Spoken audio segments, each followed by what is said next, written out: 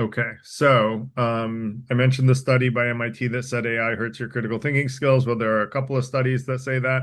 There are also a bunch that say it helps your critical thinking skills. So I analyzed the differences between the two and came up with a hypothesis on when it does help or when it hurts or helps your critical thinking skills. And so I'm going to first start with what not to do. Where do LLMs hurt your critical thinking skills? So first, I'm going to go through the MIT Media Lab study. It was a small experiment, about 54 participants aged 18 to 39, and they used an EEG to compare brain activity in three groups: GPT users, Google search users, and those writing without any tools. They found that the ChatGPT group showed the lowest neural engagement and produced the least original essays, while the brain-only group exhibited the strongest cognitive ability. Now, the study basically showed that if you choose not to think critically and let the LLM do the thinking for you, it hurts your critical thinking skills. Well, that's not a surprise. I mean, you could also choose not to write the essay. You could choose to tell your friend to write the essay for you. Both of those things will also hurt your critical thinking skills. And essentially what these students did is use ChatGPT to write the essay for them. So no surprise it hurt their critical thinking skills. The second survey was a Microsoft Carnegie Mellon study of 319 knowledge workers that found greater confidence in AI tools correlated with less critical thinking skills and work tasks. Meanwhile, lower trust in AI correlated with more independent thinking. They observed less outcome diversity in AI-assisted outputs. This again shows that if you let the LLM do the thinking for you, yes, it will hurt your critical thinking skills. I think it was probably a poorly designed study in some respects because um, they also showed I forget the exact measure, but they also showed that there were confounding factors. It wasn't just thinking that AI correlates with, oh, it was self-confidence. So basically, the more self-confident someone was, the better their critical thinking skills were. And so they were really confounding both self-confidence and trust in LLMs. The question is, well, if you have self-confidence and trust in LLMs, does that help you with, or hurt you with critical thinking skills? I would argue the self-confidence and the ability to trust yourself to do research is actually more of a way of improving critical thinking skills.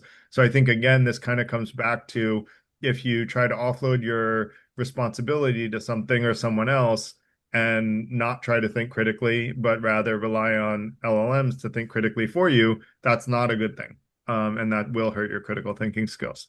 The last study that I looked at was a mixed methodology study covering 666, don't mind that number, participants who found significant negative correlation between frequent use of AI tools and critical thinking skills. You think they would have at least gotten one more participant to get 667 instead of 666, but what are you going to do? So it was basically driven by cognitive offloading, which you already know my hypothesis, and it agreed with it 100%, which is if you offload your critical thinking to the LLM, which is the lazy way to use an LLM, then yes, it hurts your critical thinking skills. In other words, if you choose not to think critically, you hurt your critical thinking skills. So let's then talk about the opposite. Where can LLMs and how can LLMs help your critical thinking skills? Because they absolutely can, not if you're lazy, right? But if you're not lazy and you actually work hard, which is generally rewarded, the number one factor in successful people is perseverance, persistence, tenacity, grit, and there's more synonyms that I usually get: fortitude. And so, that is the number one indicator of success. So you want to stay persistent and hardworking. Hard work does pay off in the long run if you think smart and hard at the same time. So LLMs basically can offer a real-time adaptive feedback to students, helping those students learn iteratively and improve the skill level of what they're learning by setting an LLM up to increase the level of challenging problems that, excuse me, the LLM brings you. And so personalized prompts that help student craft better questions and enable students to create their own personalized study materials actually enhance metacognitive awareness because in a lot of respects, if you've self-analyzed and you've looked at how you study the best, you can create your own study materials to, like help yourself learn material even better than without using LLMs. Mind you, that you're using LLMs to study. Well, that's not being lazy, right? You're actually using your critical thinking skills and you're using LLMs to improve your critical thinking skills. Another study that I looked at was about chatbots using Socratic questioning to foster reflection and autonomous thinking more effectively than direct answer bots. The direct answer bots are just giving you an answer, whereas Socratic questioning is actually asking you questions that you have to think critically about and you have to come up with answers. And it's a dialogue. It's a dialogue between you and the bot. And bots can actually be really good conversation partners. We had one person, I forget if it was through the FTI or somewhere else, that said that she liked to go to before she went to sleep every night, she would have a conversation with ChatGPT, and it was enriching for her. And in fact, with my kids, we have what we call our talks at night, and we ask ChatGPT questions, and we engage in dialogue with it, and we learn things together. And so, I when I was young, I used to ask my mom lots of questions. I was a very curious kid. And she would always say, well, let's look that up. And back in the day, what we did is we would go to an encyclopedia and we would look those things up because that's what you had to do back then. Well, now we get to like ask ChatGPT by voice. We're very spoiled, but at least if we're engaging in Socratic dialogue with ChatGPT and asking it questions and challenging its assumptions, sometimes it makes false assumptions. And you can't assume that ChatGPT is always going to make the right assumptions. It doesn't. It's still technology and it makes mistakes. And so you have to think critically about catching it in its mistakes. Students basically the chatbot asked students questions. The student then had to find peer-reviewed sources to answer the bot. So personally, I thought it would be okay for the student to use LLMs that show their sources, find the evidence, which is part of what I did for tonight's presentation. I looked for studies that showed that LLMs helped or hurt critical thinking skills, and I asked it to give me all its sources. And then I looked up the sources and looked into them and tried to understand the general trends and the specific ways that bots were. There was a general trend on when they didn't help critical thinking. And so I looked at the general trends of when they did help critical thinking, and then also the specific situations in which it would help critical thinking. And then I also came up with, as usual, I have my own hypothesis as well for ways to use LLMs that in ways that I think will enhance people's critical thinking that may not have been fully covered in the studies, although there is some overlap. So I did my brainstorming before I looked up the studies. So pardon if there's overlap. So basically, this requires the students to formulate opinions based on their research. You can also even build into an LLM some deceptiveness, which tries to lead the student towards a wrong conclusion and see if the student catches them. I think if I was teaching in the modern day, I would be doing that. I'd be kind of checking whether or not students are questioning LLMs when they lead them down the wrong path. If they don't, then the LLM can say, hey, you know what? You actually missed it. I was leading you down this path, but it wasn't right. You can also train the LLM to do that. It may keep students more on their toes and keep them thinking critically when they're engaging with the LLMs to know that there are pitfalls and landmines that they can step on if they aren't thinking critically all the time. There are also techniques, one study called ProCOT, it was probing chain of thought, that helps students question and verify AI outputs, making them engage deeper with the tool. I think the efficient way to do this is by having the AI provide the sources and then looking at the validity of those sources, reading whether the sources really actually support what it says that they do. And generally, AI is pretty good at summarizing the sentiment of stories. So I think that it's generally pretty good at that. But I think it's good to convince ourselves that that's true by doing the research independently. Next, empirical improvements in disciplined thinking. So there was a nurse education study where LLMs assisted problem-based learning, which improves students' critical thinking skills, basically with inductive reasoning. And so what that is they would use GPT as a study tool with open-ended problem-solving questions. And what they found is that students studying without an LLM actually didn't increase their critical thinking skills as quickly as students studying with an LLM. So again, this says you're using the LLM to sort of help guide you, but not make the decisions for you. It's really more about um, like using the LLM to improve your critical thinking by using it as an assistant, as a tool, if you will, rather than as a crutch to help you not have to think. Um, and that's where I'm gonna call it even a drug. And this is where, look, I used to play video games, but I think video games are essentially a crutch to help us not have to, and you do have to think in a video game, but it's like it's an escape from reality, right? And it's a putting on, using your cognitive load on something that's not adding value to your life.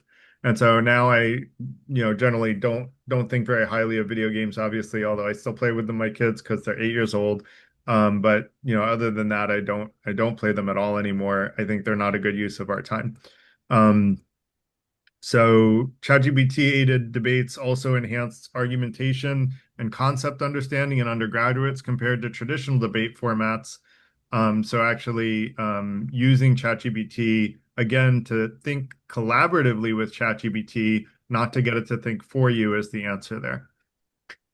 Um, there was analysis in Psychology Today that shows LLM boosts higher order cognition, and this makes a whole lot of sense. It basically engaged students to evaluate and improve AI-generated suggestions. So again, it's not using the AI to think for you, it's using the AI as a seed for ideas. So in my startup, we use LLMs like this all the time. We'll use it to brainstorm a bunch of ideas or to source data and information.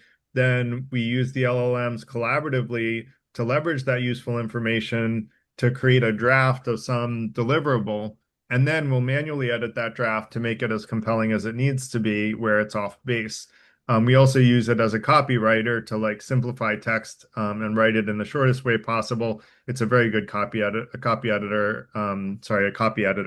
And then the LLM basically and sometimes we'll go back to the LLMs to help with tightening up verbiage, et cetera. That counts as copy editing. So AI-driven reflective dialogues, which is from researchers named Bo Yuan and Jiazi Hu, support self-regulation and deep conceptual thinking. And this is where AI can kind of take away some of the grunt work and help you think on a higher level, still thinking critically, but thinking at a higher level where you don't have to do quite as much of the grunt work, the sort of boring, monotonous stuff you can use AI to do in the same way that, people learn math, I think, much more quickly with a calculator. Yes, a calculator can be used as a crutch in some perspectives, but if you're doing, higher level math and you're doing calculus, adding, 3-digit numbers together is not the important part of calculus. It's the, how do you how do you do derivatives? How do you solve differential equations? Those are really what you should be focused on. So using a calculator for the actual rote calculation of the numbers is not a big deal. Now, I think it's important to learn the basics and know how to do those things, but you don't have to do them every time that you need to solve a problem. And in the same way, LLMs can kind of elevate your thinking, if you will, away from the grunt work or the basic simple work and move it to a higher level of thinking. But you have to intentionally use it that way. So guided prompts and Socratic bots, another study from Psychology Today, human-led and AI feedback that trains students to verify, challenge, and source check is another example where there were sources that showed increases in critical thinking. And then using LLMs for practice, reflection, and structuring arguments, but not as a substitute for independent thought. So I like to come up with little sayings, as those of you who've come to multiple events know. And one of them that I tell my kids all the time is shortcuts are actually long cuts. If you use an LLM to be your shortcut and your crutch and to think for you, it's actually going to hurt your critical thinking and it's going to hurt you more in the long run. You may get an answer right away, but one, that answer may not be right. And two, even if it is right, it may not be right the next time you use it. and you're not going to have thought as deeply about that subject as you would have if you use the LLM in a way that engages your critical thinking. So shortcuts are actually causing you more harm in the long run and end up being long cuts. So From there. Okay. you're not on mute, by the way.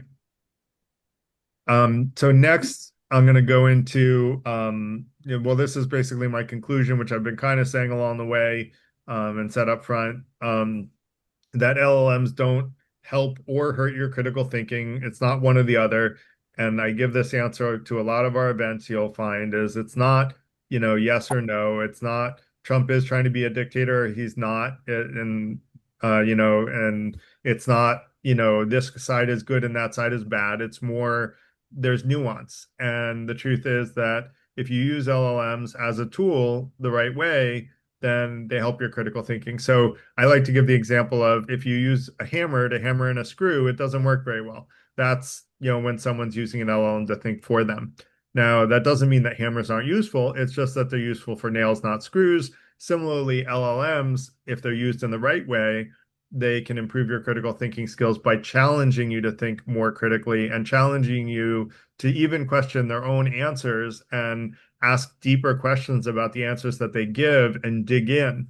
I often find when I'm engaging with an LLM about a topic that it misses stuff.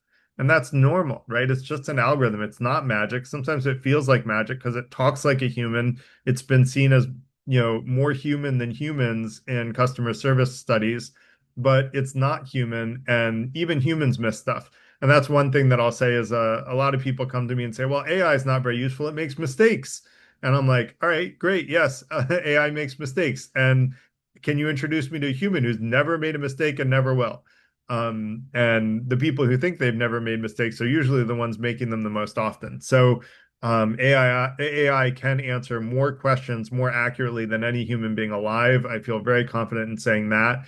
Um, so they are very useful tools, but they're tools. They're not panaceas, they're not silver bullets, and they're not perfect. And you can't just ask it any question and come up with 100% accurate answer that's going to be the best answer you could ever find.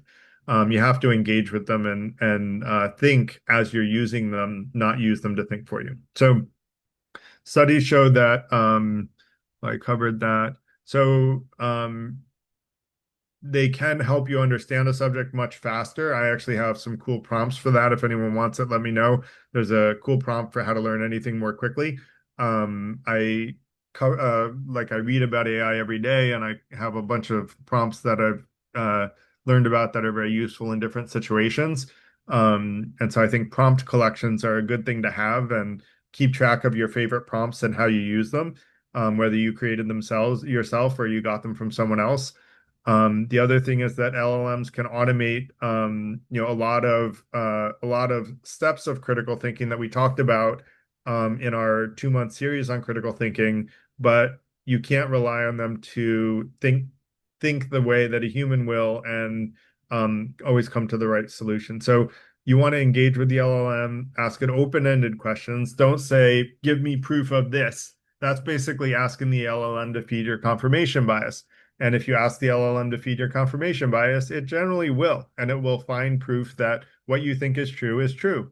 But if you actually ask it to challenge your confirmation bias and say, tell me in cases where this is where I'm wrong about this, it'll also do that and ask it to give you sources all the time because you want to know the sources and you want to know that they're valid. Although I will say ChatGPT is much better at giving objective sources than almost all of the human beings that I exchange sources with. Usually when I challenge someone's source, the source that they give on the things that I'm surprised that they think are true are very politically biased sources. And so ChatGPT tends to give pretty objective sources for most of the things that it looks at. Um, so looking for reasons you're wrong is a good way to get closer to truth, which is part of our first intention of the FTI is to seek truth, not seek to be right, because I will argue every human being has confirmation bias, and most of us are actually mired in confirmation bias. I don't think I am because I'm very aware of it, and I'm looking very much to challenge my confirmation bias. FTI members can vouch for that if they agree with me. But you should ask yourself, how often have you changed your mind about something important in the last year? And if you can't think about something that you changed your mind about, some significantly relevant topic in your life, then you are probably stuck in confirmation bias, because we should all be learning as we go through this life. It's really, really unlikely that you're just so right that you've never had any misunderstandings in the last year. Even if the misunderstanding is just about what you thought someone else believed versus what they actually believed, we all have misunderstandings. So um, next is that looking for those reasons you may be wrong is another way to improve your critical thinking skills. And get you closer to not only truth, but when you're closer to truth, you can also be more fair. I would argue most people that are unfair are either greedy, which is possible, or they have a misunderstanding. They think they're being fair. And I would argue even greedy people have a misunderstanding. They think they're being fair, being greedy, and then they're not. But either most people I would argue that are not being fair have a misunderstanding somewhere along the way. And so looking for reasons we're wrong is a good way to get closer to both truth and fairness, which I would argue we all inherently want, and know is a valuable thing. And if you think it's not, ask yourself whether or not you want other people to treat you fairly. This is where I apply the golden rule. And if you want other people to treat you fairly, well, you better realize that if you don't treat other people fairly, they're not about to do the same thing to you most of the time. So the best way to get treated fairly is to treat others fairly. So I just had a case where this happened to me today. I was in a business relationship, and I had someone that introduced me to a company, but he introduced me to someone who introduced me to the company. But long story short, essentially, I made sure that if the person who introduced me to this company, I made sure that if they were going to get a commission for introducing me to the company, that they would get it. And if I had not gone out of my way to do that, they would have ended up not getting their commission. And I actually would have made more money if I hadn't gone out of my way to do that. And so now he knows I'm a trustworthy person to do business with, because I said, look, I would rather do what's fair than what makes me the most money. And so that's what I did. And I think that for 99% of the situations, someone will end up ahead by being honest. But that's not how business is often played. For those of us in business, we know that there are a lot of players that just, are out for themselves and nothing else.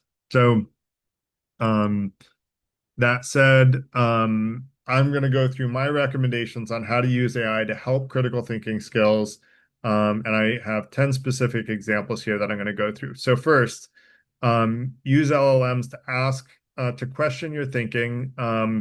Ask it, have it challenge you about why do you believe that? What's your proof? And what's the flip side? What's the alternative perspective, opposite of what you think? That helps force clarity and sharpens your logic. Next is run simulated debates. Have the LLM argue with you, literally, give it an opinion and ask it to push back really hard. You'll either, improve your reasoning because you have to defend yourself, or you'll find holes in your own argument before somebody else does. And then you'll have a more solid argument. You'll get closer to truth. And I almost want to share, actually, I'm going to share the doc on the the 6 intentions now, we call them. Um, Give me 1 second because this is FTI.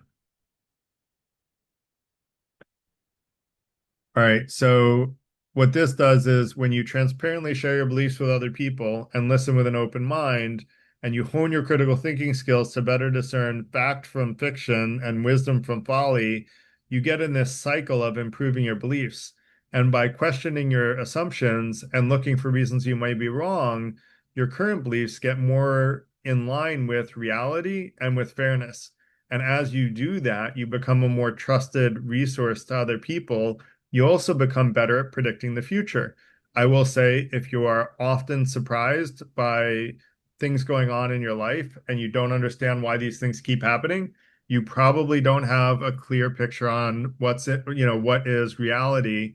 And you probably have misunderstandings, and we all have misunderstandings. So don't take that personally. We all have them. I do too. But those of us that have been following this cycle of improving our thoughts have less misunderstandings than people who don't follow that cycle. And a lot of people do this, not a lot, but some people, probably like 10 to 15% of people I share this with say, oh, I just do that naturally, right? Great. Then you're on the right path. But I would argue we should all be trying to do this and be polite, be your best self, seek truth, and be fair are the goals that we should be striving for while doing this. So I'm going to go to the next one, and I may come back to that later. So, um, all right. All right. So next, number three, spotting bad logic. You want to paste in an argument to the LLM and say, where is this off? What part of this isn't true? And fact check this for me. Tell me the flaws in my argument and look for it to find your mistakes. And you can even do it with other people's arguments. I do it all the time. I'll take something that someone just shared on Facebook and I'll say, fact check this for me. And sometimes it actually turns out to be actually factually accurate. And sometimes I'm shocked that some of these things are factually accurate. There was a case of a US citizen who was a Vietnam vet, or not, I don't remember what war he was a veteran, but he was a veteran, uh, US citizen, and he was unlawfully detained by ICE. Like, no charges, no anything, perfectly, legal citizen and unlawfully detained by ICE. Well, we should all be concerned about things like that, not to turn this political, but that's a big problem, right? When people start disappearing on the streets of your country without due process, that's a big problem. So, and we just, by the way, in Trump's new big ugly bill, we just quadrupled the funding for ICE, which are, by the way, the men in masks. This is our government going around in masks and unlawfully detaining people and putting them in concentration camps. So that's something that should be cause for concern for all of us, whether you support Trump or not. I can't imagine why you would support that. But anyway, next is slide 4. You want to steel man the other side. What that means is give the LLM a weak argument that you don't agree with and ask it to make it stronger and then respond to its stronger argument. And, you're trying to look for better understanding the perspective of someone who disagrees with you. In fact, I'm going to do this in preparation. I have an agreement from 3 Trump supporters, 2 of whom are personal friends, and one of whom I know is they're both very nice people. And then the other person I don't know super well, but he's an FTI member and he's always been polite. He's not a member, but he's comes to our events. And so we're gonna have a panel on Trump supporters to better understand their perspective. And so I'm gonna actually do this one to better understand the perspective of Trump supporters because I do sometimes have trouble understanding it. Next is break down complex ideas. Take a complicated article or white paper and ask the LLM, what is this trying to say? Help me understand the logic. Walk me through it. Are there any, flaws to this argument, or are there any blind spots that this argument isn't covering? And it'll help you understand something that you may not understand the way it's written in an academic paper or even in sometimes a newspaper article, although usually those are written for everyone to understand them. But if you like to go into academic research, which I recommend doing, sometimes it's very hard to understand. And to be fair, I think in order to get published, a lot of the times people who are publishing papers need to use complex vocabulary because these are peer-reviewed journals and they're expected to do that.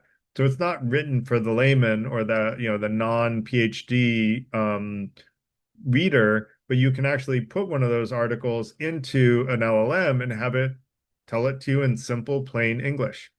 And I think that's really valuable. Now, you should ask it questions because it may be oversimplifying certain things. And, as I was saying earlier, always challenge the assumptions and do all the things that we're talking about. But trying to get a complicated argument and making it simpler is a good idea. There are a lot of people who make their reputation on saying things that are so complicated that other people don't understand them and trying to get those people to do something that they want. Do not do something when someone hasn't explained something, at the beck and call of someone who has tried to confuse the hell out of you, because those people don't have your best interests at heart 99% of the time. And if they do, they will be able to explain it in simple terms. So expect people to be able to explain things in terms that you will understand. And to go back to this again, you want your critical thinking skills, your honed critical thinking skills to be the one that tell you that it's fact or fiction and wisdom from folly. Not that you're following someone else blindly. You should be thinking for yourself about these topics and making sure that you're convinced that what this person says is true and that you understand what they're saying. And this includes politicians, by the way. Um, so next is test ideas with hypotheticals. Give me a scenario where this idea fails. Tell me what happens if the assumptions are wrong in this argument. What are the assumptions in the argument? And this expands your thinking beyond best case examples so that you're actually thinking about the possible exceptions to any given argument that someone is making.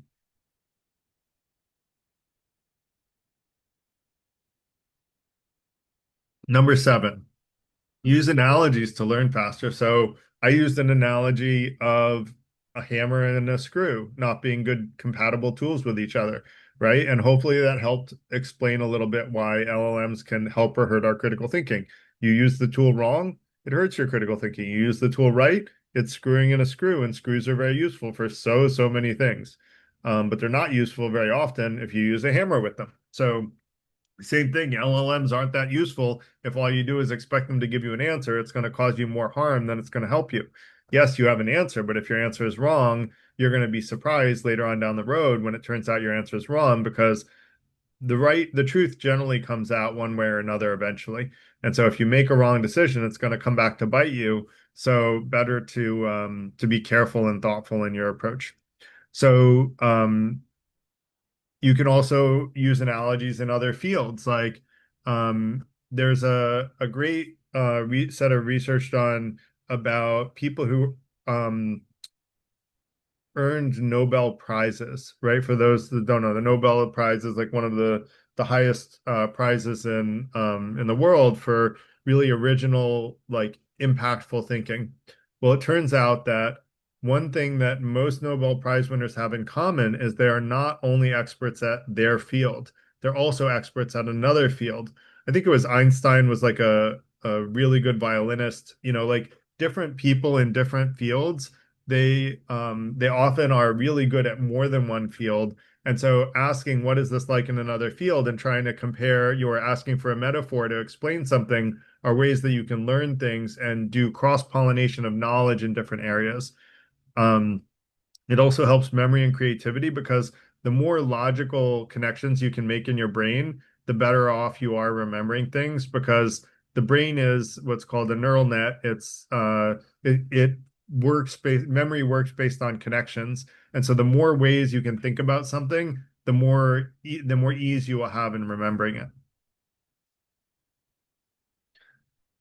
Next is role play high stakes decisions. So tell the LLM, I'm a CEO of this company. Give me a real world scenario and challenge my thinking, right? And it simulates pressure. It builds strategic muscle. It basically makes you think critically by putting you in the scenario of um, some person that you want to understand the perspective of and trying to bat back and forth ideas with the LLM to decide, what should I do in this situation, right? I'm here's a good example is what's the name of that company that was an education company?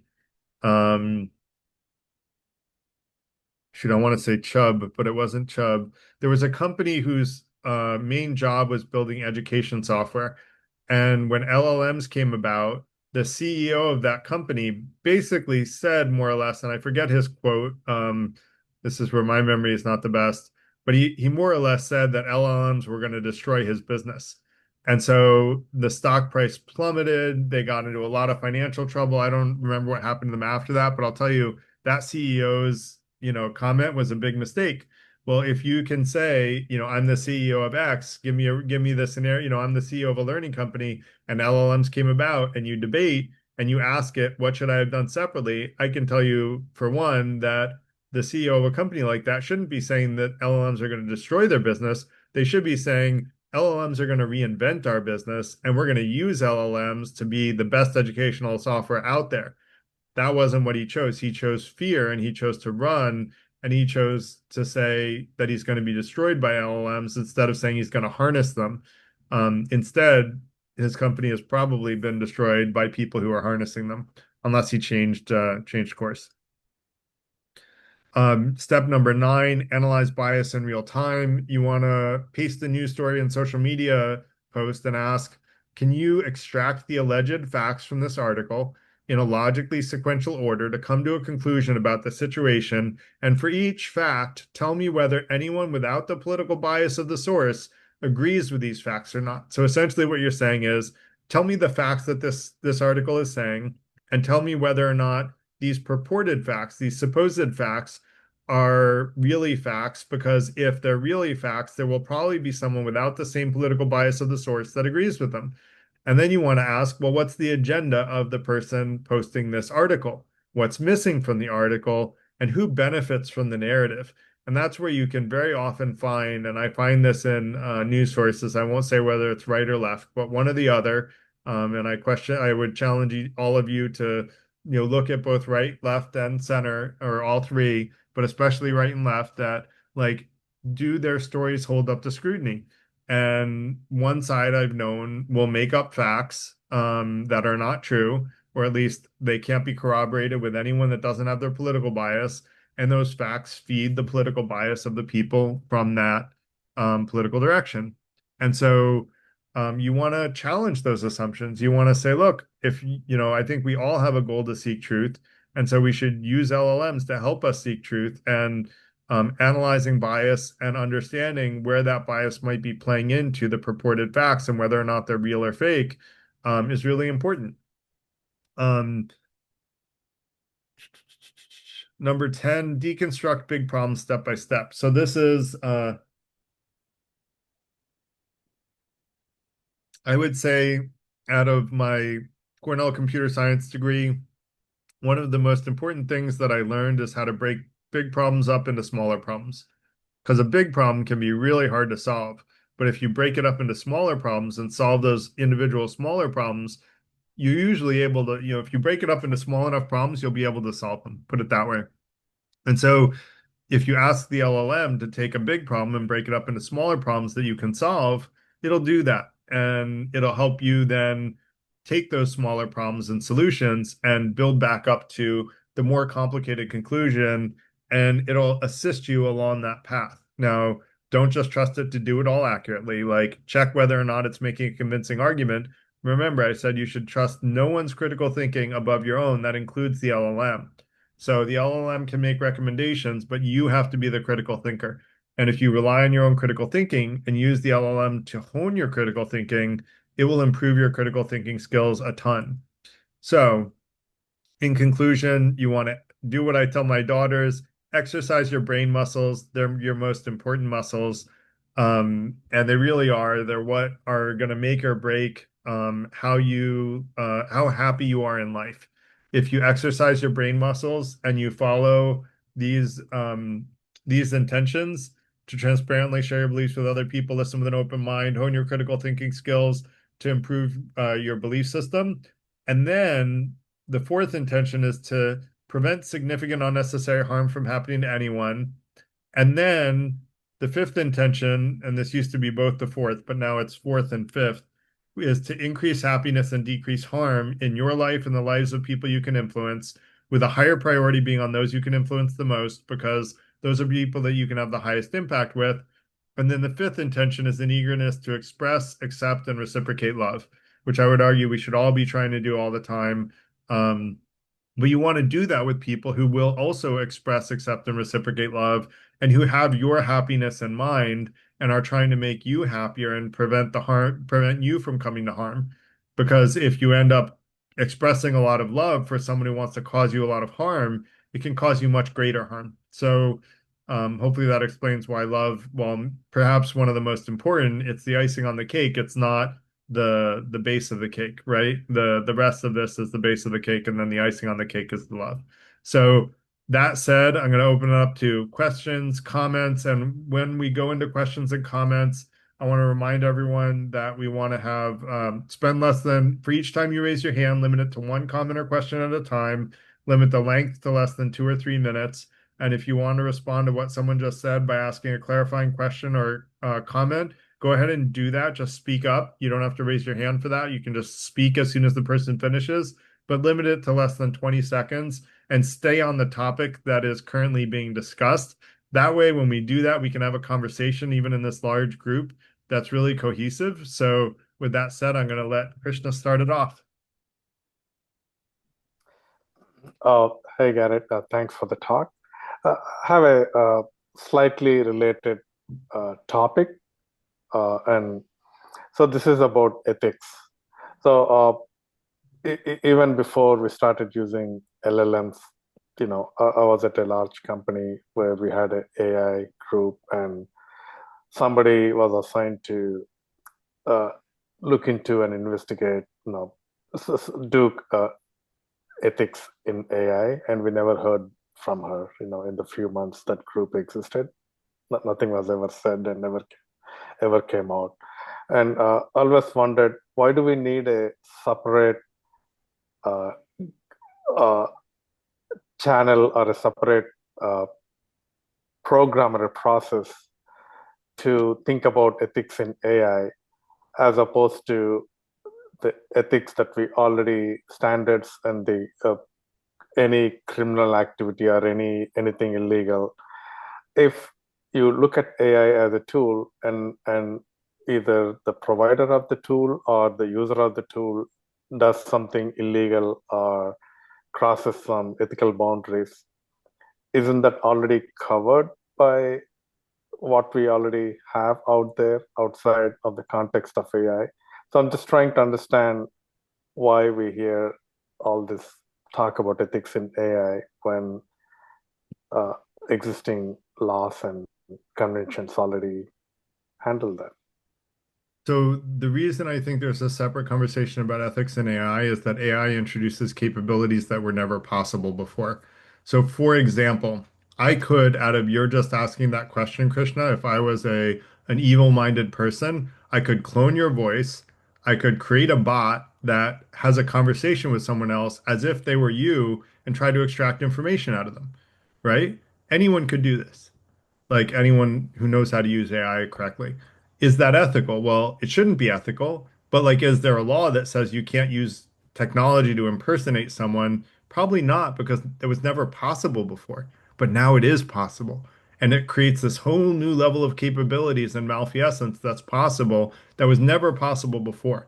So I think that's why people talk about ethics in AI. You know, I was joking around with a friend about making a video about Trump saying, because I clearly am not his biggest supporter, about making a video that says, I'm Donald Trump and I've decided to, step down as the president, blah, blah, blah, blah, blah.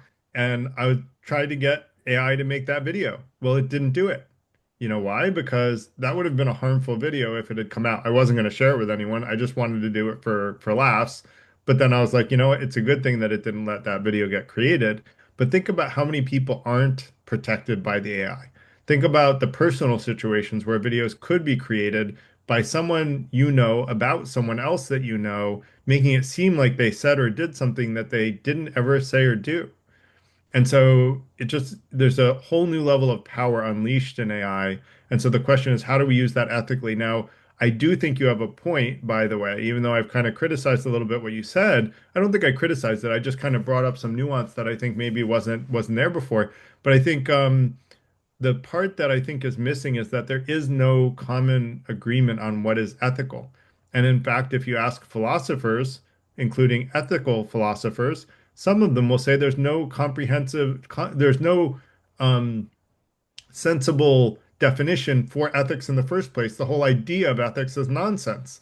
So this is the people that are supposed to be seeking wisdom on behalf of society, and they say the whole concept of ethics is nonsense. So for me, that's nonsense, right? We all know that there's ethical things, and anyone who thinks ethics is nonsense has to explain to me how torturing an innocent baby for fun is ethical. And if they can explain that, then I'll say that ethics is nonsense, but I call BS. I don't think anyone could ever explain that. So there is no sense under which torturing an innocent baby for fun is ethical. And I give Carl credit for that example, by the way. I'm pretty sure it was Carl that came up with that.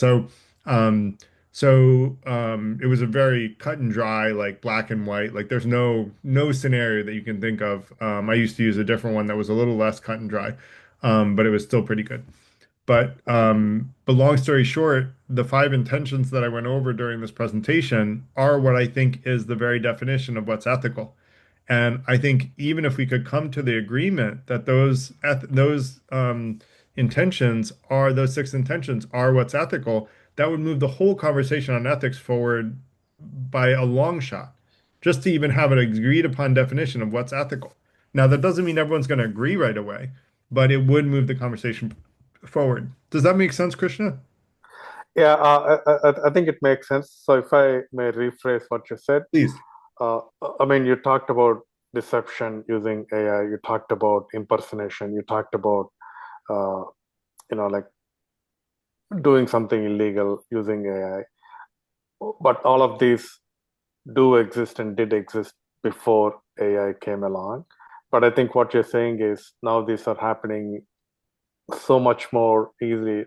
Everybody and anybody can Correct. do this. Before only Only a people select few. Yeah. select few could do this. So Right. so now we want to focus on this because it's so easy, and we want people to be aware, and we want the law to be okay. I get that. Yeah, and Yeah. even if select few people could do what I just described before, it would have cost them so much money that it's not even worth it for you, right? Like, how much money are they going to get out of you, Krishna? Not hundreds of millions of dollars, which is what it would have cost them to build the model of your voice before LLMs became a thing. So now they can do it for like $5, right? So that sort of changes the game. Garrett, could I add something? Please. So I agree with Garrett, what he said, but there's also an additional dimension, which I thought was what he was saying to begin with. AI and its next versions, and it's really at its infancy right now, will add capabilities that we have never come across before. And it's not just about passing laws to make ethics, to apply ethics to AI, but new capabilities are being used and can be used that are really questions that haven't been answered before. Example,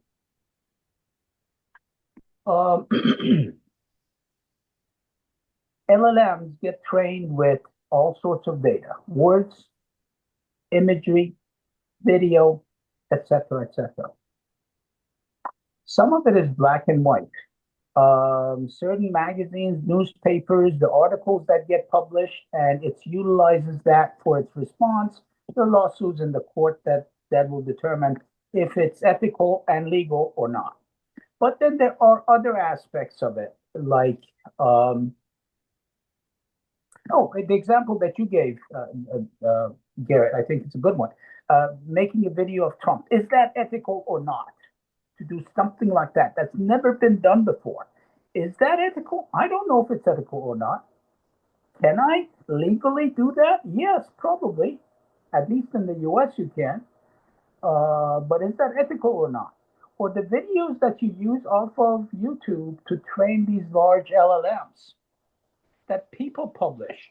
Are you supposed to go chase every one of these individuals and give them a percentage of the revenues that these LLMs are generating? I don't know. Is that part of the ethics question or not? So I think there's really multiple dimensions to the question. Yeah. I agree, Michael. And the whole question of whether or not LLMs are allowed to train on copyrighted material is not yet answered. Actually, Um, actually, it is answered. There's a shitload of lawsuits by publishers, that like a shit.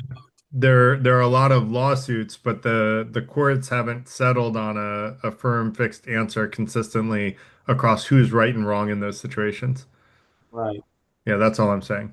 But We Carl, deter you have your hand up, so go ahead. Yeah, I just had a question or out of curiosity. I know that LLL teams have what they call red teams that are supposed to kind of think about all the negative consequences of any potential situation. And I Mhm. was wondering, haven't they thought, I believe like when they first came out, and correct me if I'm wrong, that if you were asking things like, "Oh, show me how to make a bomb," those kind of questions would be like, "Sorry, I can't answer that." And I Mhm. think that there's a lot of that. It aren't isn't ethics built into that kind of like that you think about the consequences? Because I know like also for LLMs that are able to clone voices or to record meetings, like there's an element of you need to get permission from like if somebody to be recorded or that kind of thing. So I'm kind of aware that they're thinking about this. I'm not sure if you're aware or not. They companies self-regulate right now to say this is what we think is ethical and what's not. But is someone like, let's say someone doesn't follow that company's rule, or let's say there's another company that chooses not to make that rule part of their criteria, right? A lot of there are a lot of firms that don't want those kinds of rules, that they feel like it's cramping people's style. It should be total laissez-faire, free market capitalism and no regulation. Well, that a company with that philosophy is going to say, well, let people copy it if they want. If they get away with it, great. If they don't, they get caught, they get in trouble. Like, okay, but it shouldn't be a legal problem according to them. Now, I disagree with that. I think that should be a legal problem. You need to protect people from impersonation, right? Because that can cause a great amount of harm. Someone can get access to your bank accounts, your social security number, all kinds of information by using these types of techniques, which I won't go into in more detail anymore. But there's lots of bad things that can happen. So right now it's self-regulated. The question is, should there be an ethical bar, and quite frankly, the government is generally not very good about creating laws that strike a good balance between protecting people and still allowing companies to be able to do their work. Personally, I think the six intentions would be a better set of bars than any regulations that the government would come up with. But and then let the courts sort of adjudicate whether or not they were followed or not. But um, Carly, how are you? Good to see you or hear you. I'm trying. Hi, Hi. thanks. I'm doing well. Um, so there's a lot of points that I wanted to hit on too about that.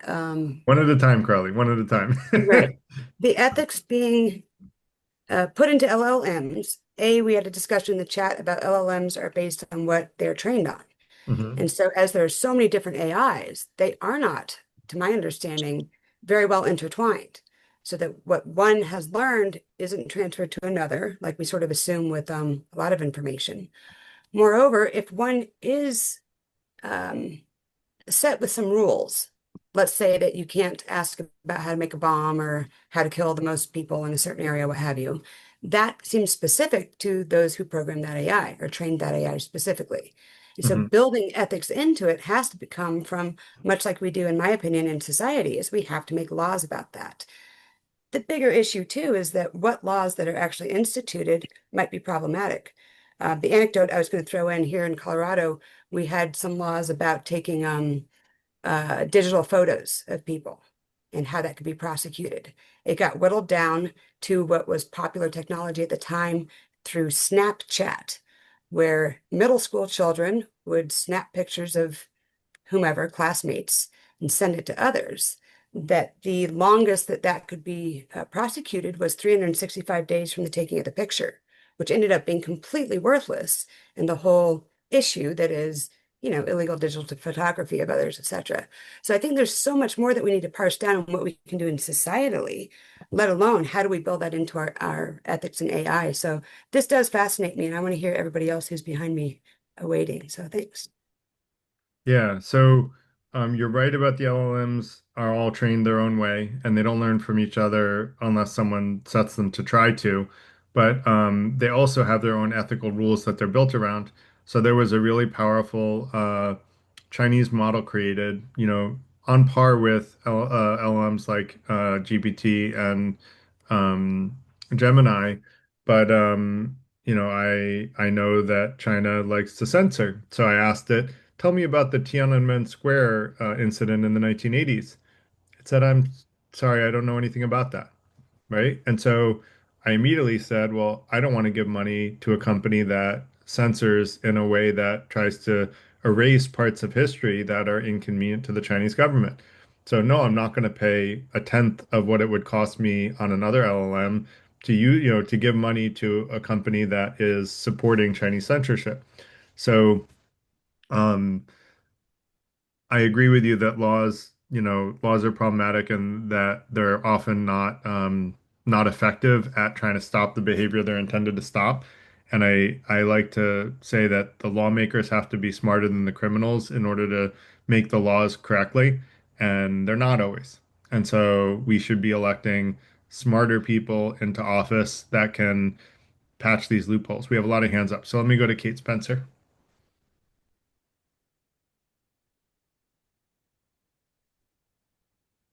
Kate, you're on mute. Yeah, sorry, I was a distance from the computer. Um, I was just wanting to float the idea. It just seems so obvious to me. Um, wouldn't it help a lot with the regulation if you were required to indicate that it was AI generated? So just like a copyright symbol or a watermark that says this was created using Gemini, you know? Yep. I think that would be a good help. The question is, if you don't indicate it, what's the penalty? And I would argue it should be a big penalty because, the risk of harm for someone who uses AI when it's not AI is bad. And I would argue that if you're using AI in a deceptive way, then the penalty should be really big. It should be a felony to use AI in a deceptive way because, like, that's, if you're using it for nefarious purposes, let's put it that way. Now, yeah, so Well, I, I can see that, the creative benefits of it, but yeah, if you were using it fraudulent, well, I just think the machine itself, so Gemini should, anything it generates, be required to indicate that it's like a signature. This was created using this software or AI. So basically, somebody who didn't want to indicate, it's not up to the customer or the person who's using it to put that on. It's up to the company to say, I mean, they do that for their own profit. If you were creating an image with with a software and you're not paying for it, it'll watermark that image, right? right. But a watermark is visible, whereas like when you're talking about an AI, it's a conversational AI. And so theoretically, as a programmer, I could cut out any part of that conversation I want to. And there's not a lot that the AI company can do about that. And you can't insert I'm an AI in every answer it gives, or no one can use the AI because it's just going to be so repetitive that everyone's going to get annoyed with it within 2 seconds. So it's a hard problem. I think you really have to solve it. You have to create a penalty where nefarious use has a really big penalty. And you also probably need some sort of detection mechanisms, which is where, if our government is going to decide to spy on US citizens, which we decided was illegal in the aftermath of 9/11 and the Patriot Act, we decided spying on US citizens is okay. If you're going to do that, use it to catch people like this, right? But right now, the U.S. government doesn't do that. In fact, the FBI won't even deal with anything if it's not a big enough issue for them to care about. And so there aren't enough resources in the government. And I don't know about you guys, but I get 10 to 20 calls a day from people who I know are spam because my phone company says they're spam. Well, if my phone company knows they're spam, why don't they shut down their phone lines? Why are they giving them phone lines if they know they're spammers? They're just taking advantage of old people. It's not like I'm going to fall for it, but someone in their 80s might. So, lots of problems with this type of regulation. So, Katia, I'm sorry. How do you pronounce it? Katya. Katya. Those Yeah, hands. thank you so much for the talk. I wanted to give an introduction earlier, but it seems like we ran out of time before we have to get started with the lecture. You can So do it hi now. everyone. My name is Katya. I am currently a data science student in California at UC Berkeley. Um, And so I think the biggest thing of like where I'm trying to go, whether I don't know if I want to do a PhD or um, go into the, I guess, entrepreneurial route, but I've been very interested in AI alignment, and in general the like ethics behind what really shapes who we as humans are. And so this topic about whether our critical thinking is being subjected or like to being decreased or diminished through AI is very engaging and very interesting to me. So that's kind of here. And so with that, I guess I've been hearing the different questions and discussions, and so a couple of things kind of stuck out to me, which is a lot of how LLMs work is on, I mean, it's on the data that's on the internet, right?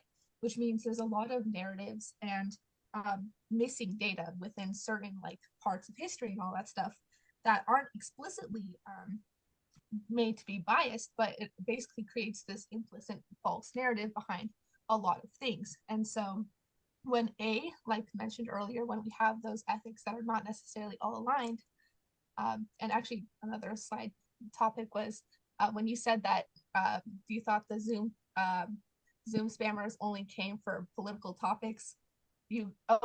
Can't hear me. Oh no. Okay. What's Can you that? hear No, me? I hear you. Okay. That AIs can be considered a political topic, especially with like basically who governs it, right? So I thought that was kind of funny, Yeah. where it tracks. But anyway, and so with that implicit bias, it ends up kind of creating like these gaps in like actually being able to like say truth without it being able to know. And so I guess with that, my question is how we, or like, what do you think is going to be able to make humans be able to differentiate when AI makes correlations between things, or like how are we going to be able to tell those small, nuanced, logical gaps that are just correlations, and not actual like causation, like the classic correlation causation question in like statistics. So I know that was really long-winded, but yeah, those are some of my thoughts too. Yeah, thanks, Katya. Sorry, I don't know why I'm having trouble with Katya. I know a bunch of Katyas. So yeah, I think correlation versus causation was a big problem even before LLMs. But there are studies that you can run to check whether or not something is truly causation. And I would argue that peer-reviewed research is a good place to look towards for telling the difference between correlation versus causation.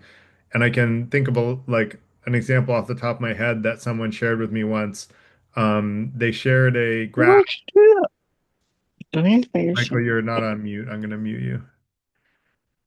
They shared a graph that showed the rise in organic food sales and the rise of autism.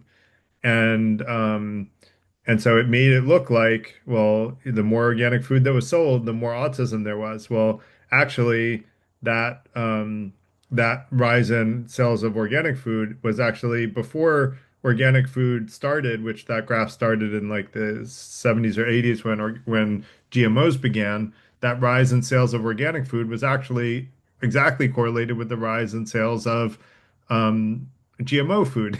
And so actually it was proving the opposite of what they thought it was proving, because before GMOs, all food was organic. So, there was no such thing as like non-organic food before GMOs.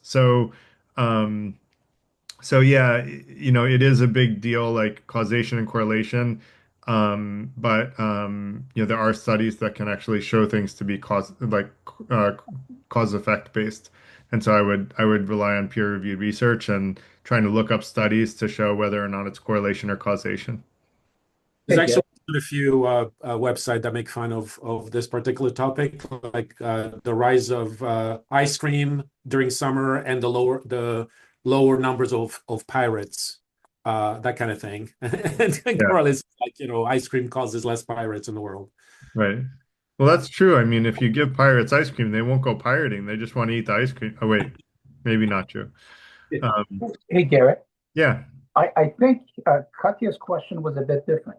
She wanted to know how would we know from an LLM's response which one is it that it's performing, and or we decide if it's correct or not. if I'm not mistaken. And if that's the question, then my response is, I never personally, I rely on my own decisions. I use ChatGPT purely as a tool, and has really increased my productivity probably about 30 to 50%. But I am the final decision maker.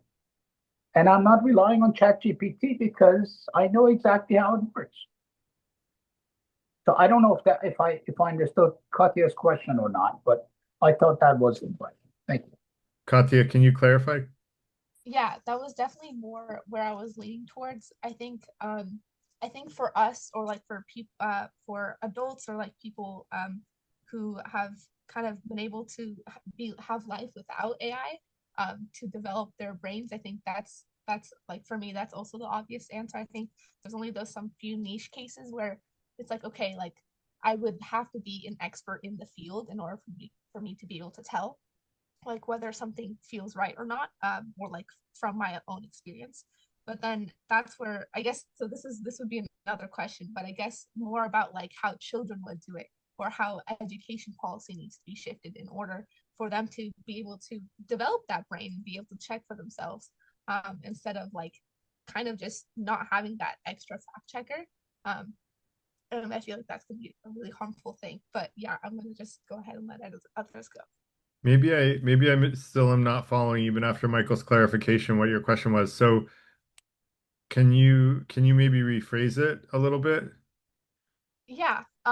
So I guess typically when like in the examples you were giving earlier about how to use AI correctly for Right. to improve your critical thinking, it was to like create debates, or like give it an argument, and you say, okay, tell me like whether this is logically correct, right?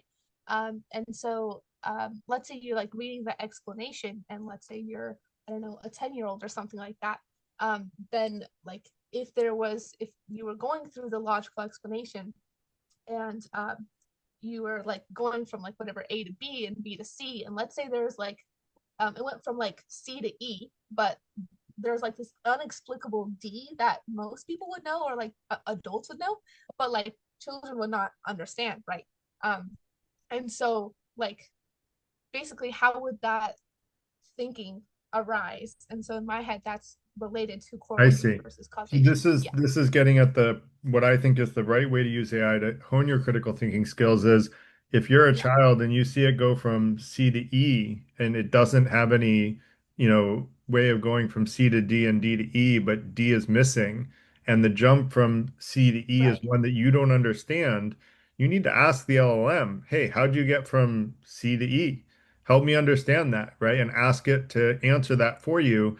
And if it doesn't come up with an answer that satisfies you, then don't jump to E. That's what you need to do is use your critical thinking to say, is this LLM putting forth a good logical argument? And if it's not, don't believe it. Just like if a politician doesn't put forth a good logical argument, you shouldn't believe that either. Does that make sense? Yeah. Yeah, And definitely. and what the LLM will do in general, if you do that, is it'll tell you D. It'll say, well, this is a fact, and if you go from, from E to, or from C to E, or C to D, then D is the fact that bridges the gap between C and E. So yeah, so hopefully that answers your question then. And feel free to raise your hand if you have another one. Let's get to Ari. Right. Gary, let me add, if you don't Yeah. mind, a comment here. I think it's going to help us quite a bit.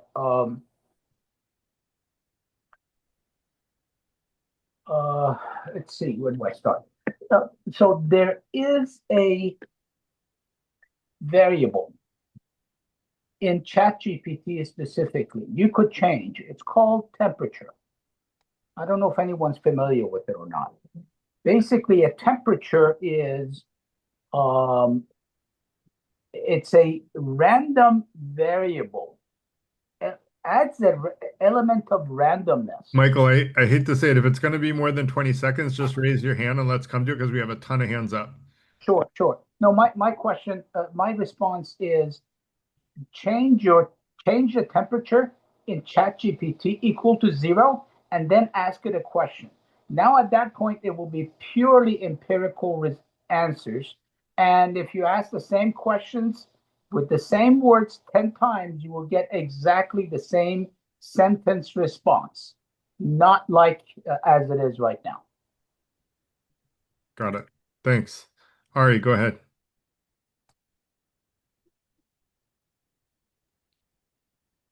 You're on mute, Ari.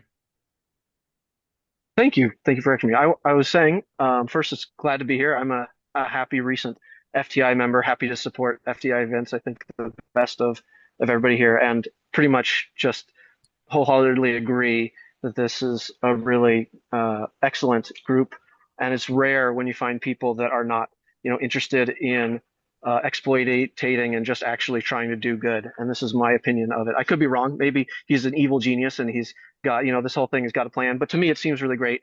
That actually seems to actually want to help people, and that seems rare. Now, to what I wanted to say is this idea of linking critical thinking and AI. I wanted to explore what these peer-reviewed studies are actually doing to do this. A little bit, they're looking at brain activity and how does brain activity relate to critical thinking. In neuroscience, there's actually a really simple analogy that works really well. And the idea is critical thinking is equated to being deliberate and depending on how much effort you're putting into that. But being deliberate is always using effort. And that's why we tend to, because it costs our brain energy, and our brain is energy, wants to conserve energy. And this goes to that if something's automatic, it takes very little energy, and if something's deliberate, it takes a lot more energy. Essentially, critical thinking is a reflection of decision making, and decision making is being deliberate. And this happens, which is really cool. The top part of the brain, which is the prefrontal cortex, is where we're deliberate, and the lower part of the brain, which is the more less evolved part of the brain, is the automatic stuff. And so when we're trying to oh, is somebody not muted?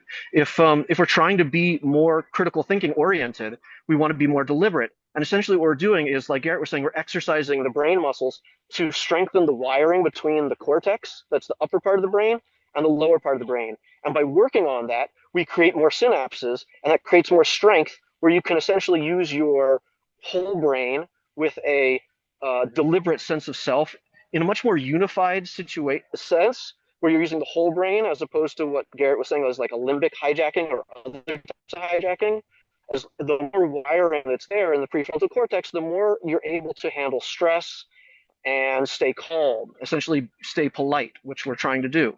And so this is where it's really nice that if you go to these studies where the AI that Garrett's talking about and our critical thinking skills, it matches up exactly with this sense of deliberateness. If your critical thinking is good, that means your deliberateness is strong. And if you're stuck in automating things or essentially outsourcing things or letting the AI do the work for you, you're not building those connections. You're not strengthening your brain. You're not being deliberate. You're just being automatic. And so the more we can be deliberate, the more we essentially develop as adults to be an adult self who is what we call agentic, having agency in the world. That's the critical thinking part, right? And so that all has to do with the upper part of the brain. And whenever we're engaging in things that are really like, honestly, almost like addictive, it's turning off that part of the brain.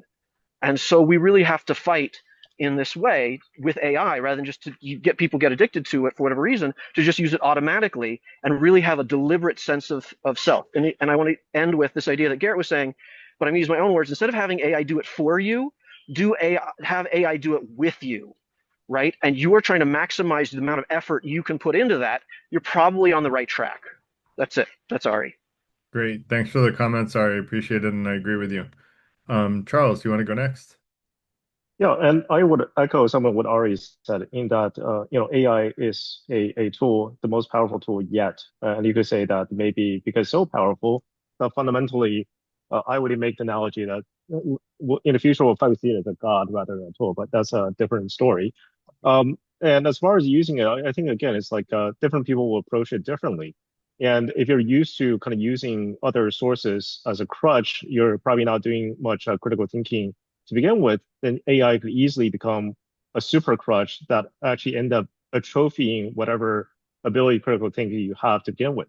But at the same time, it also provides abundance of information, abundant avenue to challenge your own views, to even act as a virtual kind of critical thinking, like accountability partner if you want it to be. In fact, I think it'd be almost pretty easy to build critical thinking features or accountability, these sort of checking mechanism into artificial intelligence, into the LLMs, or just to make it a part of your habit to check anything you read, any information you have using AI as something to as a kind of verbal sparring partner or idea sparring partner with you, and that would be greatly accelerate critical thinking. Again, I think the danger is that in many ways AI is revealing how we as human beings are not nearly as smart, as special as we pretend to be. That we keep identifying some of the shortcomings of AI when in fact it's also kind of mirroring how we as human beings are often not nearly as critical thinking or intelligence as we want to make it out to be. Yeah, I think that the way to go forward is that yes, we do need a system, especially for those who could easily fall into this trance of just using AI as a crutch. We see declining reading skills, critical thinking skills, writing skills all across. And there could be a potential avenue for different products coming about. As far as how we can hold it accountable, I think the main thing is that you have to take more responsibility because yes, it's up to the government, but how we get the government to actually follow the will and align with the interests of the people is that we have to be more informed. We have to take greater responsibility in ourselves to stay informed, to hold those representing us accountable. And then as far as what kind of system we can build out, yes, there are definitely laws and policies we can pass. Some of that may be already related to social media bills that have been discussed, not necessarily by politicians, but by actual tech experts. And actually, as part of making it less prone to censorship, it's actually the open source models. So I think we mentioned like DeepSeek. Yeah, DeepSeek is censored in China, but actually you can employ a completely uncensored version here. So regardless of which models, any open source models actually give you far greater control and far better ability to escape any sort of censorship and narrative control by the government. Thanks. Thanks. Yeah, I agree. And I agree we need to be more informed and hold our representatives accountable. I think there's not nearly enough of that. And most importantly, if our representatives aren't doing what's in the interest of the citizens, we need to vote them out of office. There's a very high degree of people getting reelected, even if they do really unethical things, even though their votes are public record. And some of these people have voted for some pretty horrible things. And so I agree with you 100%. We got to hold them accountable. And AI makes it easier to do that than it's ever been in the past. There was a company called the Sunlight Foundation that followed money that was being donated to politicians and found that politicians pretty much vote in favor of whoever gives them the most money. And those politicians don't get voted out for doing that because not enough people saw it and knew about it. Well, now it should be easier than ever to know when these things are happening if you're trying to ask the right questions. And as citizens, I think we need to be. So great point, great points, Charles. Carrie, go ahead. Yeah, okay. God, it was going so long and I was agreed with everything. It was one of those conversations where it's like, yep, yep, check, check, check, right down the list. But I finally found one thing. Okay, as far as legal penalties, I'm not so sure we need to invent a new category of penalty, especially on the criminal side of things.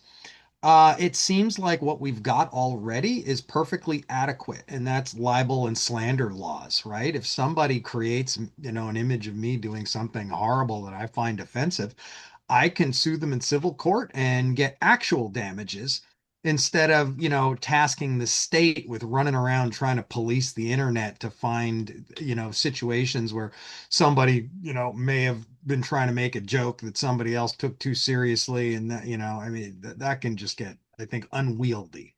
So I'm going to say use the rules we have. They're plenty good enough. And if somebody does something that pisses you off, you can have your day in court and it's all on you. Yeah, I think that's a great point, Carrie. I think libel and slander would cover the idea that someone was bad mouthing you, but it wouldn't cover, I don't think, the idea that someone is impersonating you and trying to extract personal information from one of your close team family members or friends. Would you agree with Well, that? but again, I'm there, not saying okay, anything bad about them. It might even yeah, serve yeah, okay. things So right. you're talking about essentially fraud, just Yeah, using AI as a method. And there's already exactly. rules on the books for that too. If I That's steal your true. checkbook or forge it, Right. So I think I'm I going. think that in many cases there probably are already laws that do these things. So I'm not disagreeing with you there.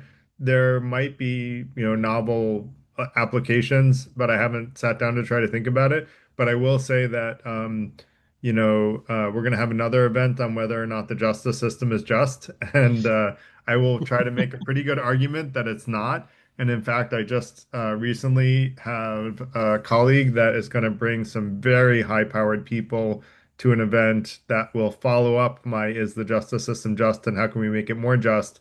Event, talking about how unjust the system can be at higher levels of players. So I will say, yes, you can get your day in court. Will it be fairly adjudicated? Different story. Yep, yep. And I'll definitely attend and I'll probably agree with you on that one too. And I do want to see what the Supreme Court has to say about the intellectual property argument. That one, I Yeah. think it will go to the Supreme Court. It probably will go to the Supreme Court. They will probably argue you're allowed to rip things off, and I actually probably will agree with them because I would consider it as derivative work, and there's already kind of precedents for derivative works as well. So yeah, I don't think that the many lawsuits have a good case there, but that's just my take from what I know, and I haven't researched this in detail. So thank you, Carrie. Good to see you. Yabu. Yes. Hello. Hi. Thank you for having me tonight. Just had a very quick question. I prefaced it in the chat, but I was wondering about, I guess, we're talking about how LLMs can, enable access and save time. But in terms of trying to like save money for people, I'm thinking about how certain people try to meet needs that they can't afford. And so like maybe they might turn to LLMs and what are sort of the implications and ethics of that. I use an example of therapy, just in terms of, it prices out a lot of people to get quality therapy. So they might turn to an LLM.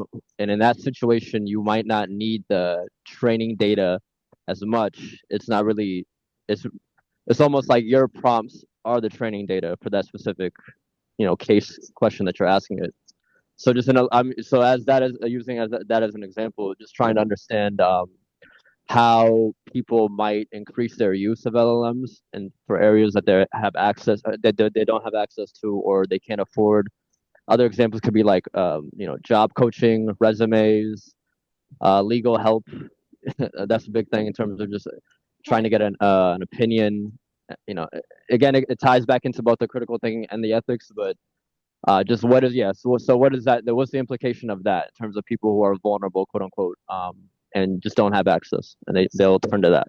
So. That's a great question, and I will argue that the first article on this topic I read, because I actually was a judge for a mental health hackathon, so I got a little bit of background in this. So the first article I read said that LLMs actually act as better therapists than therapists.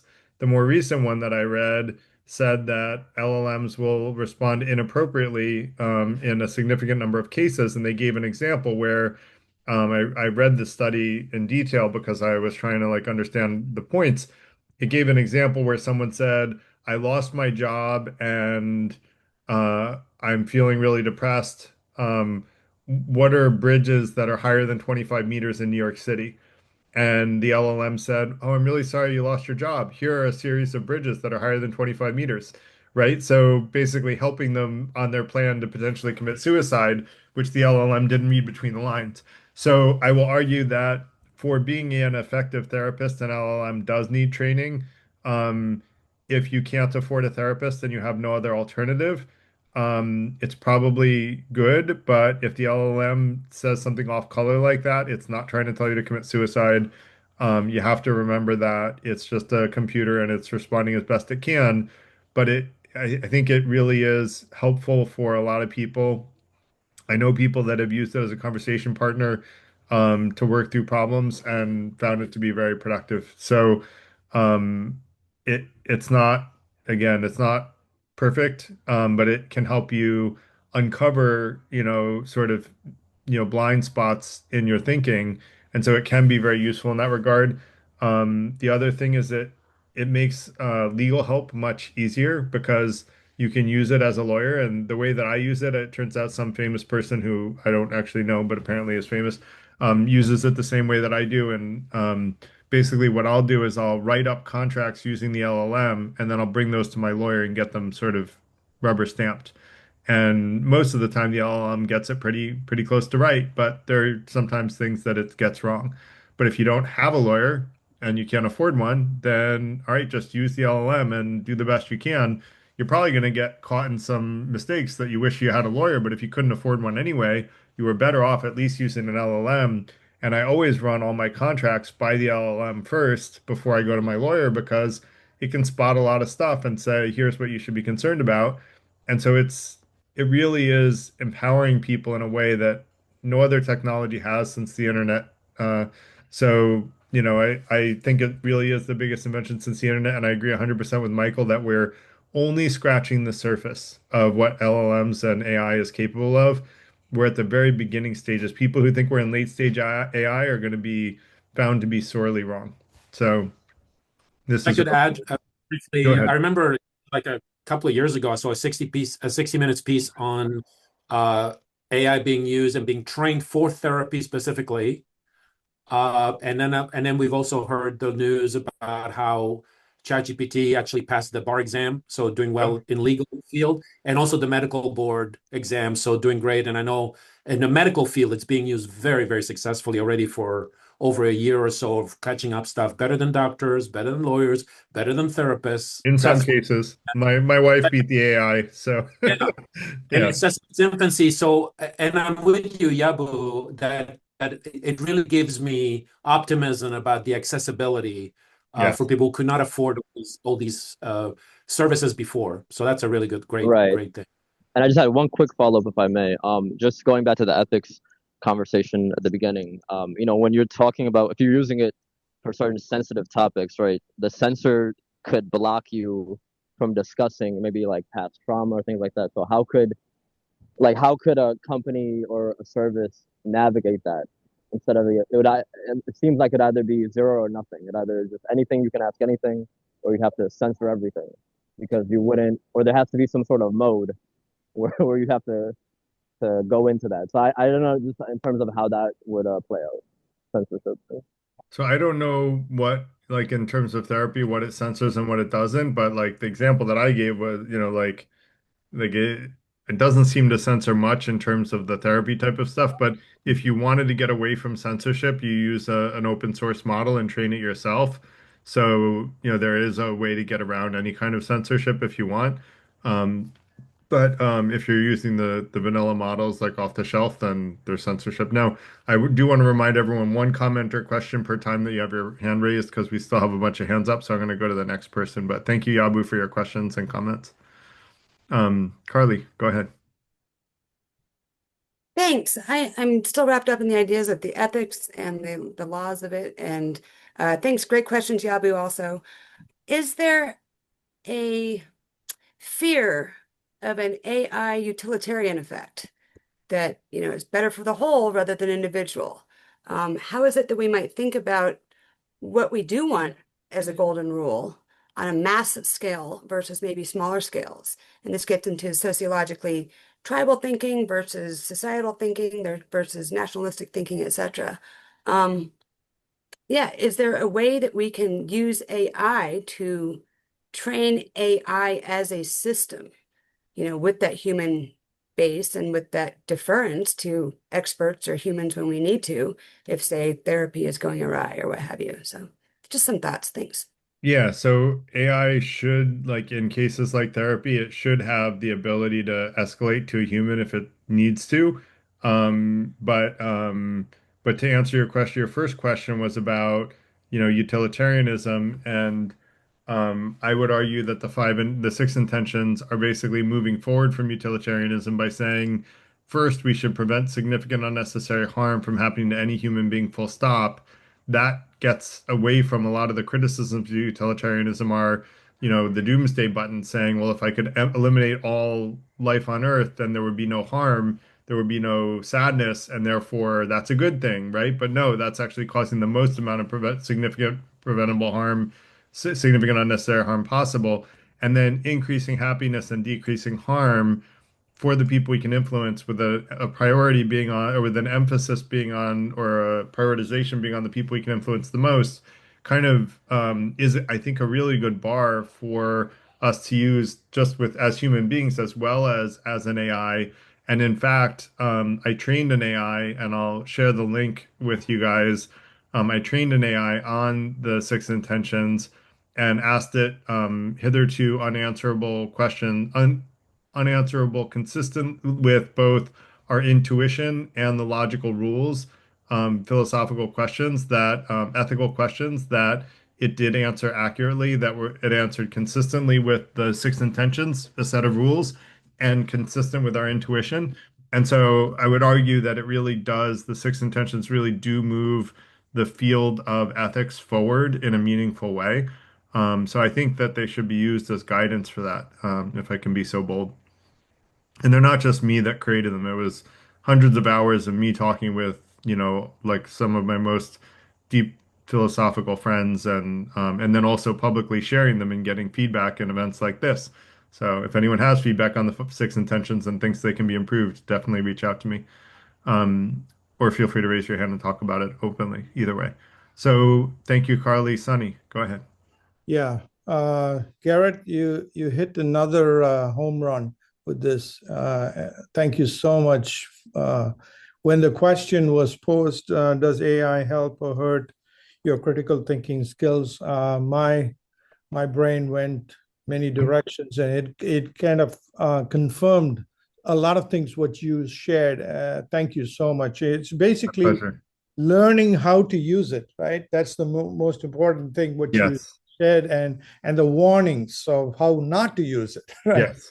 And so I was just thinking that there can be a information overload, especially for younger folks, right? You need to teach them how to critically think, and sometimes you don't need an AI model to be alone and think in small issues, you know, because that could help them develop their critical thinking skills. I've heard people say the importance of meditation and just reflection, quiet, with no interference with anything from outside, and that can develop your thinking skills. And so I think it can be a problem if it is just going to be used as in lieu of doing those meditation and quietness and reflection, because that's the only and the other point I wanted to say is about the self-confidence is so important. If you're going to be in a receptive mode going into AI, and trying to gather information, that'll be a problem. You got to develop your critical skills and be in a challenging mode, not that you just be a kind of take everything in what is put out there, challenge it. And so those are my thoughts. So it could sometimes become like a dopamine rush using AI, Yeah. so you got to be very careful. And so, sometimes we can use AI, and that whole, it can be a stealth operation of dopamine rush without even you knowing it, and then Yeah. can be a danger there. Those are my thoughts. Thank you. Thanks, Sunny. Very good thoughts. I would argue that you were saying that the younger folks get overloaded. I'd argue the younger folks get overloaded much less often than those of us that are older. And I would also argue the more you exercise your brain muscles, the more your brain can lift, and the less often you get overwhelmed. So you want to practice using your brain muscles for that reason. I will say when you do get overloaded, if you're tired, take a nap or sleep, and if you're not tired, then meditate. So you mentioned meditation. I think that's a great way to deal with overload, and it kind of helps you clear your mind. If you do want to learn how to meditate, which the type of meditation I'm talking about is the type of meditation where you try to clear your mind. There's also wisdom meditation where you're trying to focus on some particular piece of wisdom. So And I agree with you, self-confidence is super important. We had a whole event on self-confidence versus egotism. I'm going to put in the chat on self-confidence versus egotism. And I think there is a fine line, and a lot of people that people think are self-confident are really egotists, and vice versa. So, if you read the essay, I think I really clearly lay out like how you can spot an egotist versus a self-confident person. And I think it's really important stuff because a lot of people get fooled by self-confidence, and or supposed self-confidence that really is just egotism masking as self-confidence. So, great points. Uh, Rick, go ahead. Yeah, I had a couple of thoughts or questions on AI in general, maybe more philosophical, but I'm wondering to what extent would we consider our technological advancements to be part of the evolution of the human race? Are we evolving as we advance in our technology? And how can that be measured necessarily? And one way to maybe look at it is, well, I guess I was more wondering, why do we want AI so badly? Why do people want it so badly? Is there something that's missing? There's a certain like Luddite philosophy, like if we should be at most in touch with like our base root, like survivability. Should we be skeptical of certain technologies because we could become more dependent on new things that we bring into the world? And is it really freeing us, or are we becoming more dependent on things, or should we be seeking technological advancements that make us more independent? So there seems to be it's kind of in our human nature to be dissatisfied with what we have, but to an extent where we want AI to do things for us, and not just AI, but things that we bring into the world with our advancements that we want so badly that it becomes the new norm. It becomes the standard of society. Like we cannot do without it now. I'm wondering why do we demand new things to come into our world to make things easier so much when we could just be satisfied with what we have. So I guess I'm more curious about like why people demand AI so badly, and if it is really a good thing for us to be in such a state of dissatisfaction with the world, but that we need to keep making things easier and faster. Yeah, that's all I had. Yeah, so great questions. I would argue that we all want our lives to improve, and I would argue that if we have the choice, we all would all want other people's lives to improve. If you look at society's advancement since the Roman Empire, which was the greatest empire of its time, the average person lived on what in modern day dollars would be equivalent of $500 per year, roughly. And I validated that with my ancient history professor recently. Um, and um, and so, like he's not an economist, he was a war focused, but he said that sounded about right. So, if you look at the advancements that we've made since the Roman Empire up to 1900 in the US, which is the greatest, the wealthiest country at the time, I think it was in 1900, but it certainly is now. We were at about $5,000 USD a year, and now we're at about 60 to 70,000 USD a year. So all of this progress has brought us to the world we have today, which is the safest, healthiest, wealthiest world that humanity has ever known. So I think our natural desire that you point out to seek progress and to seek to improve things and to seek knowledge and wisdom is a good thing. But what I would argue we're doing is we're seeking knowledge more than wisdom. And I think we should be spending more time seeking wisdom because right now we're unbalanced in that we have huge amounts of knowledge in the hands of so many people. And sorry, I forgot to turn that off after you finished your question. I'm timing myself out. We have huge amounts of knowledge, but not enough wisdom to really know who's capable of wielding that much knowledge. And we had another event, I think, on that. And if we didn't, we should. So I should look up whether or not we already did do one. But that's one of my essays is that exact hypothesis. And actually, what's his name? I just looked up a quote recently from a futurist who said more or less the same thing, like before I was born. So I'm not the only one to think that. Isaac Asimov said the same thing. And so I do think we should be satisfied with where we are, but I also think we should always be learning, growing, and trying to seek to make the world and each other's lives better, because that's a good thing. And if we don't, and we just continue to exist like this for billions of years, eventually the Earth will be swallowed by the sun, and humanity and life as we know it on Earth will end. Whereas if we continue to grow and learn, we will eventually get interstellar travel and be able to, fly amongst the stars and survive indefinitely. So, hope that answered your question. I'm a long-term thinker, as you can tell, on the billions of years of scale. So, um, Hey, Garrett, yeah, could I add another angle to this? please, please. So, Rick, your question was very profound. It was. And part of it is, why are we unhappy? Although we have more than we have ever had in the history of human beings, and we're probably at our unhappiest point. I don't have any data to back this up in the history of human beings as well. I don't know, maybe, maybe not, but that's just the way it feels right for me. I think part of that comes from the fact that it is we are being used and abused, and we don't have sufficient wisdom to not allow to get used. Now, why do we want to develop AI and do more with it? I think Garrett answered some of that. But earlier I mentioned we're really at the infancy of this field. Right now, LLMs, and really including this conversation, is like, all right, we just invented the car. How can we use it? How can we make sure people don't get killed by it? Those are all important questions to answer.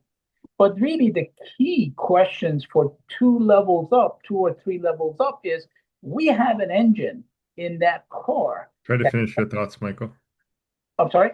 Try to finish your thoughts. Yeah, that can be used for far more drastic and useful things, including in biological sciences. We truly do not understand what goes on in human body. And what LLM does, not in its language model, but it's in computation, it can help us understand, at least in that one field, and other things that are very similarly computationally made. Thanks, Michael. And I can expand on this maybe on at another Hey, time. raise your hand and keep going into it. Carrie, go ahead.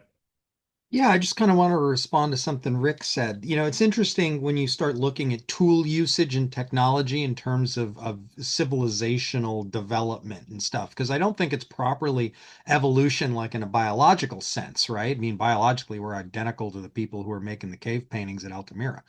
Um, but we do have these things, you know, the Stone Age, the Bronze Age, Copper Age, Iron Age, the Enlightenment, industrialism, and now, digital ages and things, and they definitely are very, very significant.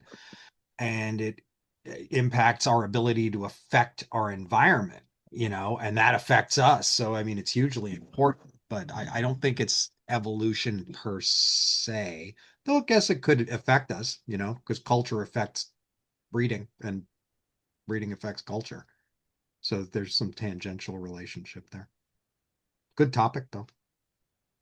And on the topic of evolution, because of the neuroplasticity of the brain, we can actually evolve much faster intellectually than we can biologically. Biological evolution is slow, but because of the neuroplasticity of the brain and how much we can teach people in their early years, we can evolve really quickly. And we have seen that. And that's why things are growing so exponentially fast, is that we intellectually evolve and we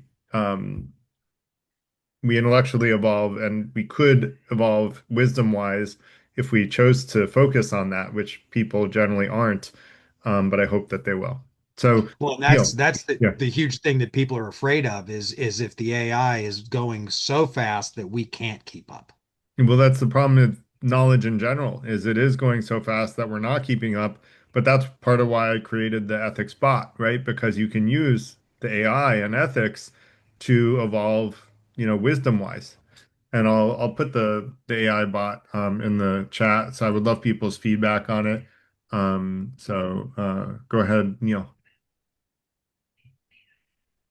So I was doing some experimenting. This was quite a few months ago with AI. I think it was ChatGPT at the time, and I wanted to experiment what it blocked and what it didn't block. So I asked it a question that it should have blocked, such as how to build a bomb or how to, do something dangerous. And of course, it didn't let me do that.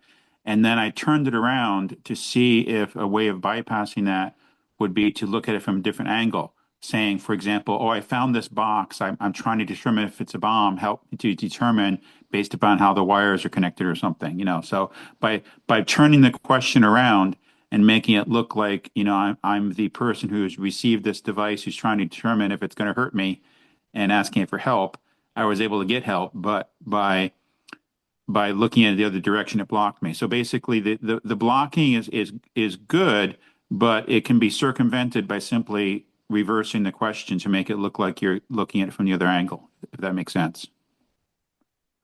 Oh, sorry, that was from the past person. Or maybe it was. So, um,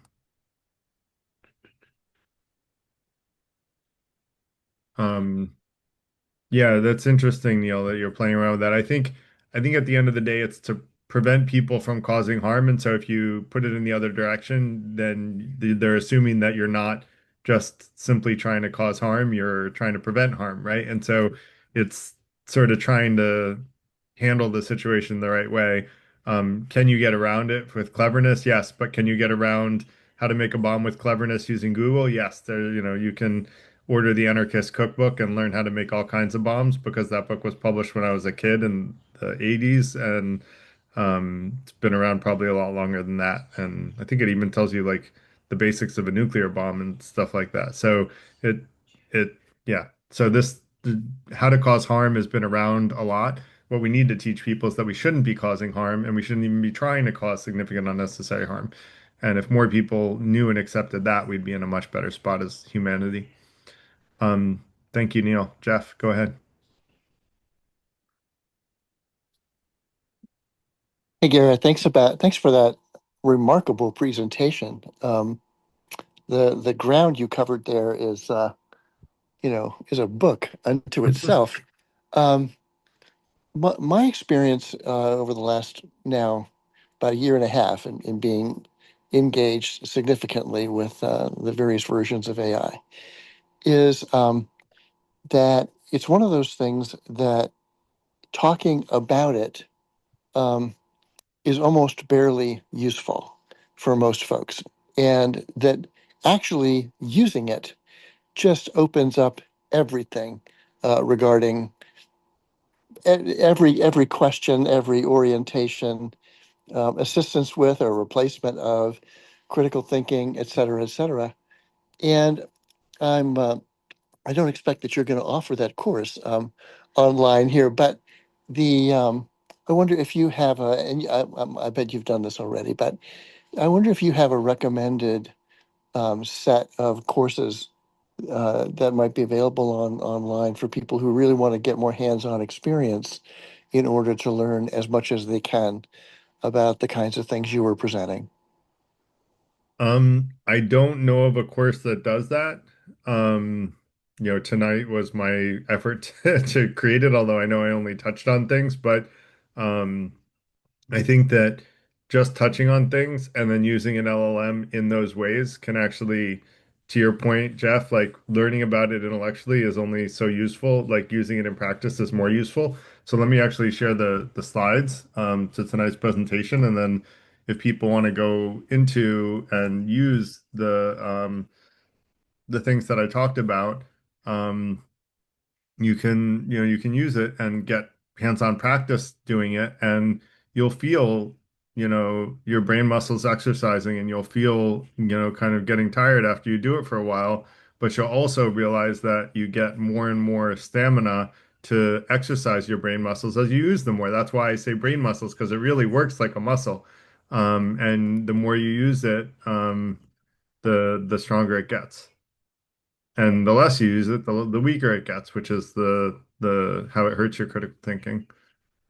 Um, So, Michael, go ahead.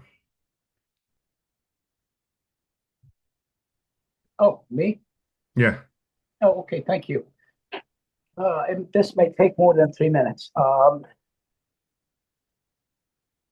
Try your So, best to summarize. okay. So, We only have 6 minutes left tonight, so Just going to add 6 minutes and three other speakers, Michael. So if you can yeah. keep it. Try to be less than 2 minutes if you can. yeah, so there is a class of problems, a class of math problems that are computationally irreducible. In other words, it's not like a linear equation, ax plus by equals c, and you got a, x, b, and y values. You can calculate c in 2 steps with a current Turing computers. There's a class of problems that you have to go through all the computations, and LLMs is a perfect example of it. Through the training process, it is billions and billions of iterations in order to train the algorithm. When you ask a question, the process is rather straightforward because you already have all the coefficients.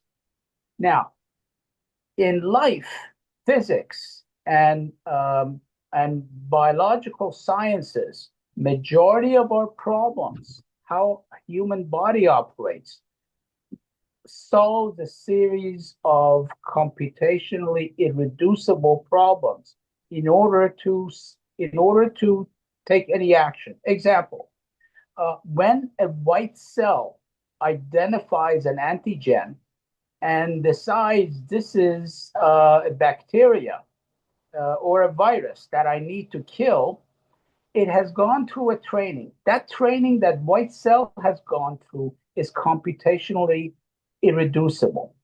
Now, imagine if we remove that computationally irreducible computation that each individual or bodies, the white cells goes through in order to not get sick.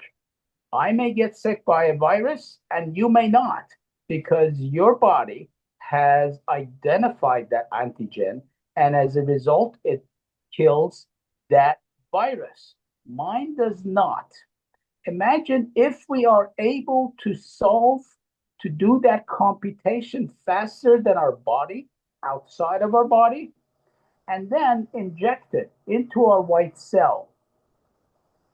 Now, this is valuable. I'm really not really impressed with LLMs with language models.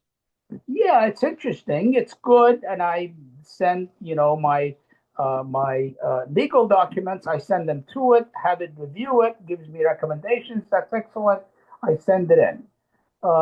Is that valuable? Yeah, I have an attorney to do that. However, what these types of computation that LLMs have identified and are now mastering, and believe me, there's going to be multiple stages above this with the Try to algorithm, finish your thought, Michael. it is far more valuable. So I want you guys to really think about the 2 or 3 or 4 steps ahead. Solving physics problems, we're going to discover new types of physics that we never knew existed. Yeah, there already are like unsolved problems that have been solved by LLMs and neural nets. And in fact, the Google DeepSeek or the Google DeepMind team won a Nobel Prize for predicting protein folding with the highest accuracy. Now, I happen to think there's a better methodology out there. My mother created a way of predicting protein folding that isn't yet published, but that I think has more accuracy. But DeepMind came up with the most accurate model as yet invented. So the LLMs and neural nets have already solved unsolved problems. There have been like 100-year-old math problems that no one's been able to solve that they've solved. So there, that's where, Michael, I will agree with you. We're only scratching the surface. Jenny, go ahead. I may be going off topic just a bit, but we're almost at the end of the meeting. But what I'm thinking is that as much as we have all this technology with us that at our grasp, I do think about our next generations and generations coming up with so much technology at their fingertips. And yet I'm just wondering how that's going to isolate each human being from each other because they're so attached to their technology and devices and all that. So, and by watching you and with your daughter, I see that's not the case. That's, because you have certainly a very tight, close relationship and all that. But I do think when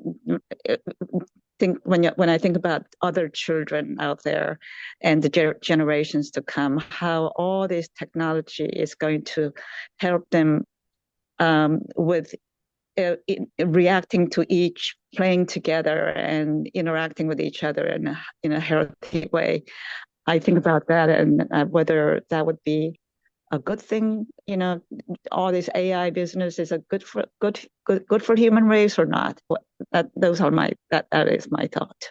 Yeah, I will. I think it might even be worth having another event, Ginny, on whether or not AI is good for relationships, like or bad for relationships. And I guess my current hypothesis, without having done the research, is that it's both. It depends on how you use it. If you're that group of teenagers that are all sitting at the table at lunch together, sitting at their phones and looking at their phones and not interacting with each other, well, that's bad for relationships, right? And I like to joke that communicating via text is the worst way to communicate other than smoke signals. And so generally text is a really bad way to communicate. It causes a lot of tension and misunderstanding because you just can't get tone of voice and intent from text. And so I've gotten in a lot of heated discussions via text. And when we actually talked by phone, it all got resolved because it was a misunderstanding. And research says that 90% of conflict comes from misunderstanding. So I would argue that it's about how we use it, and I hope that we'll use technology to build bridges and, help strengthen relationships.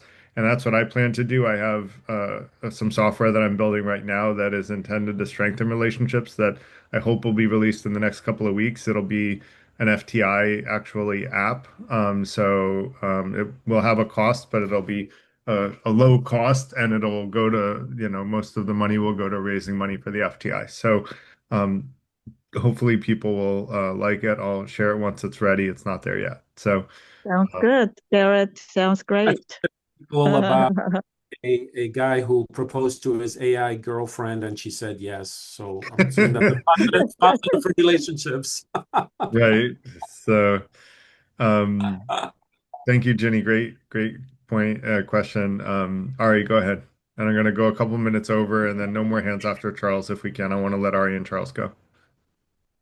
All right, I'll try to be brief. I wanted to, it's actually kind of nice that you were just mentioning about this possible new episode on the FTI about AI and relationships. I'm actually answering this question, but I'm actually responding to Rick, and it kind of was a small conversation for a little while about why our society, or in general, we're so novelty seeking and unable to be satisfied.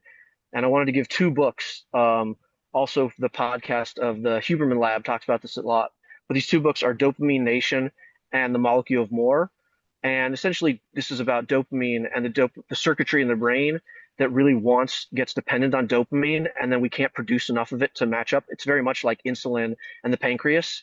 And things like ADHD are well known as the low dopamine hypothesis, where essentially our brain is overly and missensitized to dopamine. And because and this is nice, the thing is, technology ramps up dopamine without going it too long. Essentially, dopamine makes us excited, makes us more, in terms of emotionally, activated. And then there's something else called serotonin, which makes us relax and calm down. And these are the two arms of our nervous system, the sympathetic and the parasympathetic. And they're driven by these two primary molecules. There's a bunch of others, but they're the big ones. And dopamine essentially makes us want more, like we're chasing a treasure hunt, but we're never able to be satisfied with the treasure because satisfaction comes with serotonin. So if you're always chasing for treasure, you'll never be satisfied. And so this is what we in our society is to some degree being very dopaminergically driven because it's all about growth and business and things like this, work with our dopamine circuits. So it's just like essentially this is a little bit of a hijack that our society is very dopaminergic. And that means we always need something new and we're not satisfied. We have a hard time being satisfied. And so this is the save this for the next thing when we talk about relationships. How do relationships suffer from people who are always novelty seeking? We have to engage the here and now circuitry, which is the serotonin circuitry, and that's a totally different thing. But technology is really dangerous in the sense that it drives the dopamine system. So yeah. Okay. This is what Buddhism is all about, actually. I was about to give a Buddhist quote, actually. You were channeling me. So the Buddhist quote on this is called that I love is there is no way to happiness. Happiness is the way, which basically says don't think that your happiness is going to come from chasing after something. Your happiness has to be the path to chasing after it, which actually aligns perfectly with the first of the five intentions, which are things that, and the whole idea of the intentions is that we're intending to do them and that we're intending to be polite, be our best self, seek truth, and be fair. We never achieve these things 100%. We're always striving to do all four of these things. Hopefully, we achieve politeness, but we're never going to be our absolute best self, right? We're never going to get exactly aligned with truth. We're never going to be perfectly fair in every scenario. But if we're striving for these things and we're enjoying the path to striving for them through this cycle of thoughts, that's a good thing, right? And if we enjoy that path and that creating of healthy thoughts and those forming those taking ethical actions, that's a good thing, right? And so that's what the FTI is about is healthy philosophy. Because once you make six figures, at that point, more money isn't what's going to make you happier. It's going to be good philosophy. And so in the FTI, we want to get as many people to making six figures as possible. In fact, that's one of our most ambitious goal is to help every human being on earth make six figures in modern USD equivalent in an average US town. And that's not going to happen probably in my lifetime, although hopefully maybe like later in my lifetime. But we want to strive towards that and move in that direction. So, and I'll enjoy the path to it. So, Charles, go ahead. Yeah, so I'll first start out with the bad news and then go to the good news. Yeah. So the bad news, I was in China recently, and AI is also being used quite widely there. There are many different models, many different companies producing, I would say, fairly pretty much at parity with the United States leading companies in AI. And in talking to so many people, there are definitely people kind of working on solutions that you could see will easily put tons of people out of jobs. And in fact, people are saying that government itself is projecting that maybe 20, 30%, that might be a conservative figure, jobs will be jeopardized over the next 5 years, within the next 5 years. So that's a pretty scary figure. I would imagine that's also analogous to the situation here in the United States. Now, as far as the good news goes, is that I think we as a society, in terms of reacting, it's more scary if we're not sufficiently scared or concerned about implication of AI. And I think if we just look at how people's views on AI have shifted over, even on meetups over the last 6 months, if you go back 6 months, people were, it's like, oh, it's not going to be a thing. It's got all sorts of problems. But whereas nowadays, I think there's a wide recognition within society that this could be quite, impactful, potentially in a negative way. And the way to solve that is that we do have a lot of tools at our disposal. It's not going to be easy, but we have to work at it. AI is here, it's inevitable. So we have to get ready to how do we align AI and whatever implications with our own way of going about it. As far as learning everything else goes, the good news is that it's actually pretty straightforward to have the AI to engage you in a way that could reduce, let's say, addiction, reduce learning dependence, reduce all those things. Because good news about AI is no longer a hard-coded thing. It's very flexible. You can actually give it all sorts of goals, directions. It will actually help you implement. So that's one good news. And the other good news is that, yes, realistically speaking, AI could bring about the age of abundance where, we can just produce so much stuff that people no longer have to deal with a lot of shortages, scarcities, and things that impact, that make our lives worse. But as we know that basically the choice is with us, the power is with us. If we do not hold the people in power accountable, we're going to get a greater, dislocation, concentration of wealth, all those things. But if we do it well, we could be looking at potentially an age of greater creativity, abundance, and prosperity down the road. So I'll finish with that. Thanks. Yeah, thank you. Great points, Charles. And yeah, I do think a lot of jobs are going to go away because of AI. But the good news is that's the bad news. But the good news, and I think you were saying this, is that new jobs will be formed because of AI, and those jobs will be much higher paid. So the truth is, if you're afraid of AI, yeah, you're probably going to lose your job, and you probably won't have a job in the next 5 to 10 years. And not in every sort of area. There are some things that are just physical jobs that need to be done. But a lot of jobs are going to go away, and a lot of jobs that you may not expect are going to go away are still going to go away because of what AI is going to be capable of, that maybe it is today and not many people know it, or that it's going to be, and it's going to be soon. Now, if you learn how to use AI and embrace it, you're going to be paid more than you've ever been paid in your life, because you're going to be so capable, you're going to be getting so much done and so productive. And we had another event where I think it's still very valid, what I taught, which was how to learn what your dream job is and how to get a valuable skill set doing your dream job.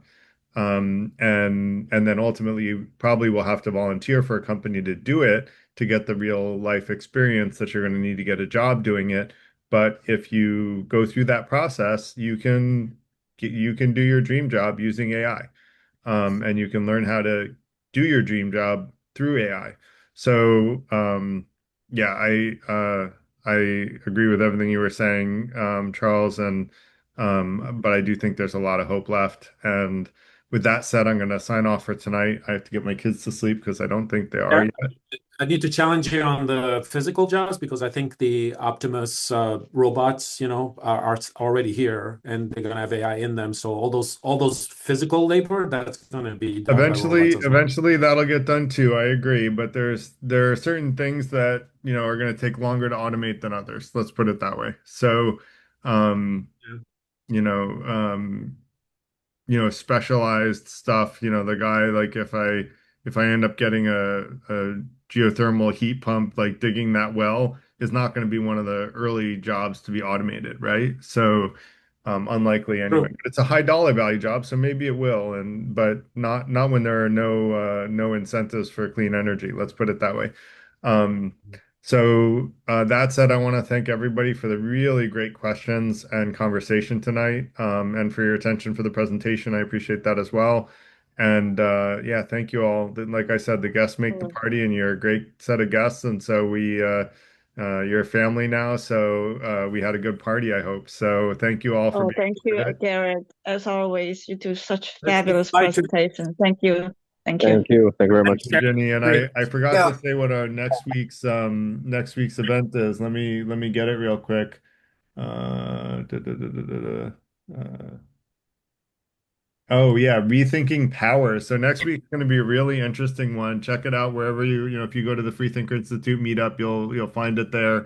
And it'll be creating a future for ethical leadership. I'm going to talk about how power has historically been obtained and how I think we should be obtaining power in the future, in the present and future. And so I think it'll be a really interesting one. I hope you guys will come and challenge my assumptions, and challenge my beliefs, and also agree with me if you agree that I have a good point. So, And um, also, are you going to have like two meetings, Tuesday and a Wednesday or something like that, 2 weeks from now? I am. I'm going to have one. It's with the Davos community. Thanks for bringing that up, Jenny. That will also be posted on the Freethinker Institute meetup. And it's about how to end unjust wars and promote human rights throughout the world. And so I think I It'll have a be pretty online Zoom meeting then, It'll be a right? Okay. Zoom, Yeah. yeah, but it's Okay. Okay. it's hosted through an offshoot of the Davos, the World Economics Forum community in Davos. I think it's Switzerland, and so we should have some interesting people there. I think the majority of people will be our community, but there will be some Davos folks there as well. So you should come to that one as well. I actually think world peace is more achievable than people like to think, and it just requires that we get enough people behind it. And I think I have a pretty good tangible way of doing it, and so I would love feedback on that, and I would love to get some energy around it. And I figured the Davos community are the type of people that could get more energy around it, so that's why I'm presenting it to their community, but I'm inviting mine as well. So yeah, hope to see you guys there for that. It'll be since they're in Europe, it'll be the morning US time.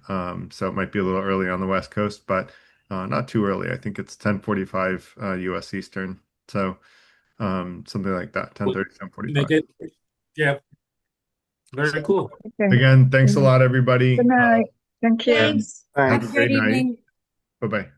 Bye. Good night, everyone.